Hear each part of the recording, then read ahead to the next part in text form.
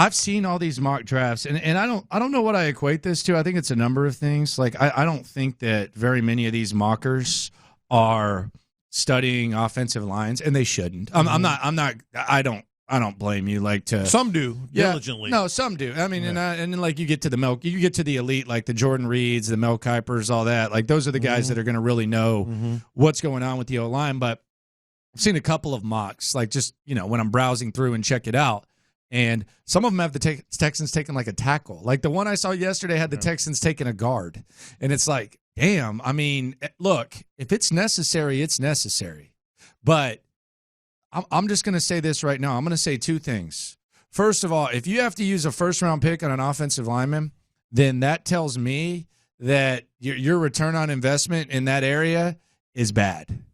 It's really, really bad. Now, we already know that Kenyon Green he is never going to justify being selected where he got selected over who he got selected by.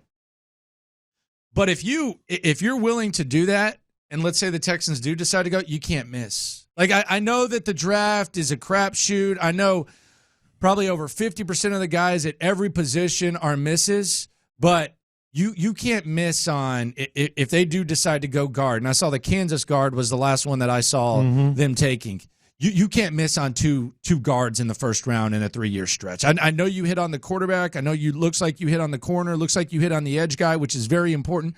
But, man, in order to maximize what we thought and what I still think we consider a hell of a job by Nick Caserio getting back the draft equity he got, you cannot miss on a guard. First of all, they're not going to take an offensive lineman, period, in the first round. I agree. They're not going to do it. I agree. For no other reason than, it would be cool if they did, because that would mean that they're making really big decisions about Titus Howard and Kenyon Green. But there's no way, but for no other reason than you don't want that extra year.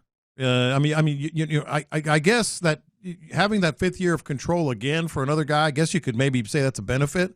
But boy, you draft another lineman in the first round, that just isn't going to happen. Not with the guys they have up front already and what they're paying them. Yeah, you can't do it. Yeah, you can't do it. I mean, I do wonder, how are they approaching that interior? I think they feel good about certain spots, but are they going to approach this as, man, we're going to get Kenyon Green back, and maybe Kenyon Green's going to be some sort of savage beast? Or are they approaching this as, boy, we got to get someone better than Kenyon Green, whether that means shopping at the bottom for free agents, whether that means that you think, Juice Scruggs and Patterson, I do wonder how they're looking at Kenyon Green behind closed doors. Yes. I think part of it is because they got production out of Dieter, they got production out of Scruggs, they got production out of Patterson.